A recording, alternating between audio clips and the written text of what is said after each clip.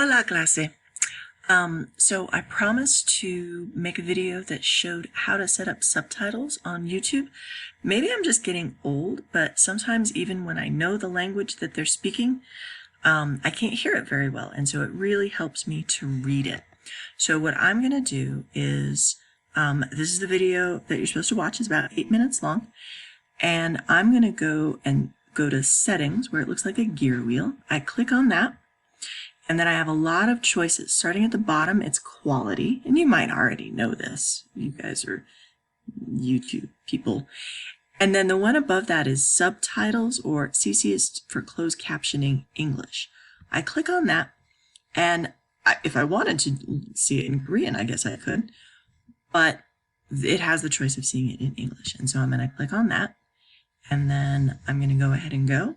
Then I'm going to drag this back and play and see how it works.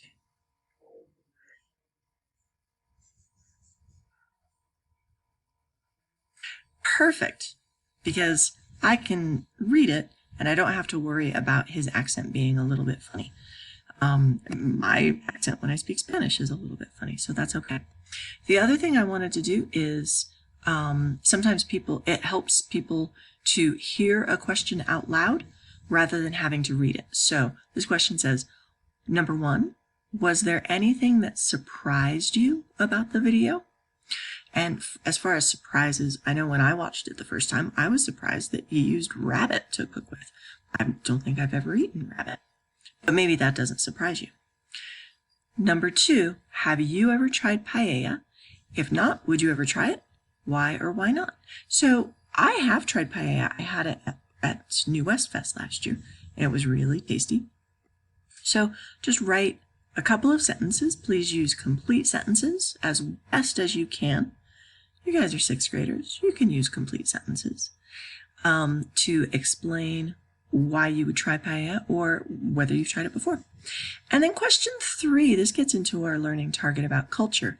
Does this dish remind you of any dish from any other culture? How is it similar and how is it different? And so you could think about other food you've tried, like maybe you've tried fried rice at a Chinese restaurant, and that has meat and rice and vegetables in it, and it's similar in some ways and different in other ways. So please write about that. And that's all I've got for you. Thanks a lot. Bye-bye.